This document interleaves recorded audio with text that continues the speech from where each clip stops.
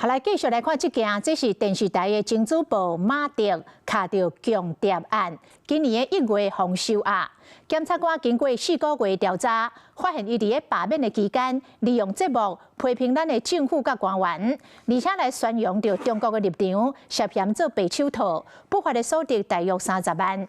即擺收押期已經到期了，早起馬迪等5位涉案的軍人，從一審到法院，而拄則4點來開庭，要裁定是毋是要繼續收押。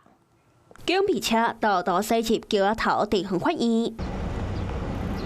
車頂就是將電視台主報馬迪甲其他5位涉案的在押軍人。今仔日早起，基審橋仔頭地方法院裁定敢有要繼續羈押，因為馬迪佇今年1月18封羈押禁見了後，檢方查出伊佇特定的罷免案期間，涉嫌利用手頭的節目宣揚中國的立場，打擊咱國的政府甲執政黨的官員。背後的金主都是中國。這個方式來跟大家直播。馬迪必須聽對方的指示寫劇本，照搬照演。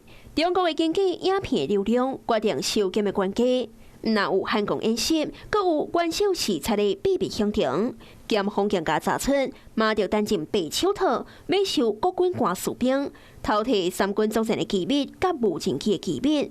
相關金流是透過泰達幣轉換做新台票。根據檢方統計，伊不法的所得超有30萬，所以依法起訴。你抓我啊！你把我抓起來！過去的節目講甲這紅聲，如今牽涉到強姦案去封羈押禁見，敢會閣封繼續羈押，就要等橋仔頭地方法院的裁定。